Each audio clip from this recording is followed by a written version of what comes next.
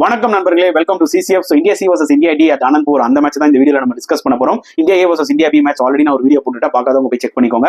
So India C captain Ruturaj Gaikwad toss பண்ணி bowling எடுத்தாரு. And 164 தான் இந்தியா டி நாள் அடிக்க முடிஞ்சது. Super bowling effort from India C. Jayakumar Vyshak, Himanshu Chauhan, Anshul Kamboj 3 fast பவுலருமே சூப்பரா போட்டாங்க. அண்ட் அக்சர் பட்டேல் ஒருத்தர் தான் 86 ரன்ஸ் அடிச்சார் இந்தியா டிக்கு. லோன் பேரியர், வேற யாருமே பெருசா அடிக்கல. ஷ்ரேயா சேரும் சீப் அவுட் ஆயிட்டாரு. அண்ட் திருப்பி ஃபர்ஸ்ட் இன்னிங்ஸ் ஆனாங்க இந்தியா சி. அவங்களால 168 தான் அடிக்க முடிஞ்சது. 4 ரன் தான் லீட் எடுக்க முடிஞ்சது. அதுலயும் பாத்தீங்கன்னா லோன் பேரியர் இந்திரஜித் தான் சூப்பரா விளையாடி 72 அடிச்சாரு. ஃபென்டாஸ்டிக் நாக், ரொம்ப ரொம்ப க்ரூஷியல் நாக். ஏன்னா இந்த பக்கம் அக்சர் பட்டேல், இந்த பக்கம் இந்திரஜித் அடிக்கலாம். நிலவே ஒன்றும் மோசமா இருக்கு இந்த டஃப் விக்கெட்ல.